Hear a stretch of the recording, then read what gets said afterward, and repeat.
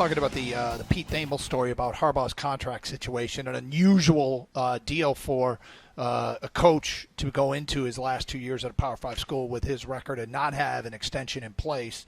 And yet, the question is, does he deserve one? Because there's the unacceptable, and then there's also the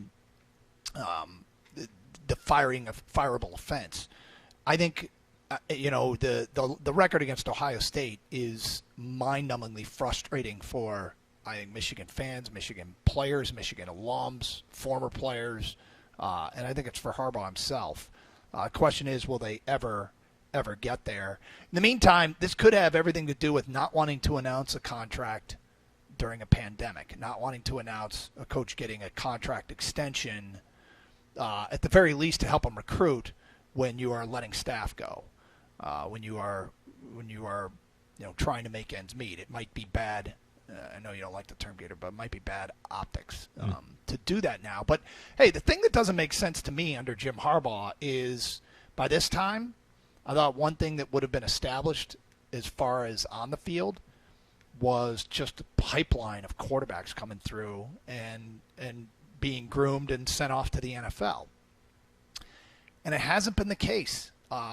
And whether it's he's taken the wrong guys, maybe his ability to coach up quarterbacks is limited to the NFL game, or maybe it's just part of him that was overrated. I don't know.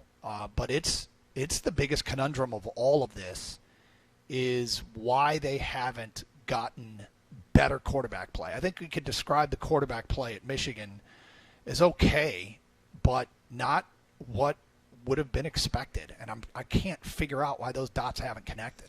I think the best quarterback he had was the first one he had, and that was Iowa's Jake Rudock. And he came the first year he was there. He came in as a grad transfer, and it may not have started all that great the first couple games, but by the time that they were ready to play Ohio State, Jake Rudock was a really good quarterback for Michigan. But it was the first year there, and I think you allow for – I don't think anybody would be holding Harbaugh to the floor saying you've got to win this game, the first game, your first Ohio State game. If he had Rudock for a second year, would that have been different? Maybe. I don't know. But the constant it felt like to me, I've said this a number of times, it always feels like they're kicking the can down the road when it comes to finally committing to that young quarterback. Well, this is the season. This season right now is where it starts, and this is, in my mind, this is the plan that should have been implemented 3 years ago, where you recruit your quarterback, you start him early as a redshirt freshman or a redshirt sophomore, and you move on. You stay with that guy. You don't bring in a Shea Patterson because it's a bright, shiny thing based on the star rating that he had out of high school. When you looked at his college record, he was at Ole Miss. He was okay. Wasn't great. Yeah. But that's what they went for instead of going with their guys. The positives at the quarterback position are Rudock got a lot better under Harbaugh, and if you talk to people at Iowa, they tell you that. Spate definitely got better but got hurt, which was really costly in terms of his last year when they would have had a great chance to beat Ohio State. They've had a lot of things that they've created their own problems. Ohio State's way ahead of them, and then when they've had chances, they haven't come through. Peters didn't pan out under Jim Harbaugh. O'Korn certainly didn't pan out under Jim Harbaugh. Patterson didn't seem to get much better under Jim Harbaugh. McCaffrey left.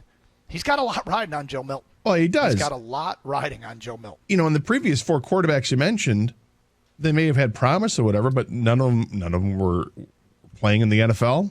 None of them got drafted. I don't think any of those guys got drafted. Rudock did. Surprisingly, by the Lions. But that's it. I mean, that's it. It's shocking for a guy that many thought was this quarterback whisperer because he had Andrew Luck at Stanford, and he had a couple of. You look at his record at Stanford; it was okay, and then the last year there, they went 12-1. That's really good in the Pac-12. Well, Andrew Luck, he goes to the NFL. Makes it an amazingly tough decision to go from Alex Smith at quarterback to Colin Kaepernick, and it worked. It was brilliant. It was a stroke of brilliance, got them to the Super Bowl. They didn't win, and then the league catches up and figures out what's going on with Colin Kaepernick to an extent, and how to defend him. And then maybe that doesn't look as brilliant anymore, but at the time it was, and you can't take that away. But he hasn't captured that magic at Michigan. Now, is Joe Milton going to bring that magic to Michigan? I don't know, but I know this.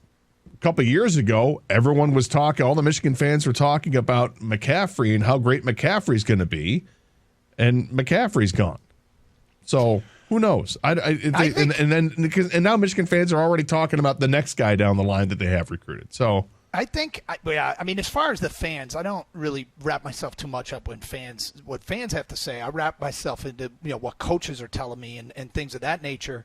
The weird thing about McCaffrey, the thing that happened to McCaffrey is I very well suspect that had McCaffrey taken over in that Wisconsin game last year when Patterson got benched and McCaffrey had played well, he might have finished out the year at quarterback. But instead, he got hurt significantly again. And that might have been the handoff. That might have been the beginning of the McCaffrey era. Might have been. But he got hurt again. And he that's unfortunate. And McCaffrey as a runner, if he were still around, and we were talking about McCaffrey taking over a quarterback, I'd be talking about, okay, he's fast and he can run, but he's got to get a little bit more Kyler Murray get out of bounds slide to him, or he's got to bulk up. I often talk about how when I see freshmen on the sidelines in uniform, I look at him and I go, wow, he's a child. They don't physically some of these guys really look like they're 18. Yeah. One of the names that comes to mind for me was McCaffrey. His arms look like sticks hanging out of the shoulder pads, and he was getting bigger, but that was something that he had to do. And I still think he could have been and still very well could be a very good quarterback, and it's unfortunate that he left because that quarterback room now is pretty shallow as you basically bring in no experience to that spot. Well, very little experience. Mills played in 4 games his first 2 years, but frankly, that's the case everywhere in the country. In a lot of cases, now it's not always that case, but I mean, you look at any of the big programs. I mean, they're having to make the decision: do we go with the younger guy or not? And they may not have the experience that they want. He might have gone. McCaffrey might have finished out the year last year had he not gotten hurt. So then the question is, and one of the things that I think fans are dealing with is, can it ever turn around under Jim Harbaugh?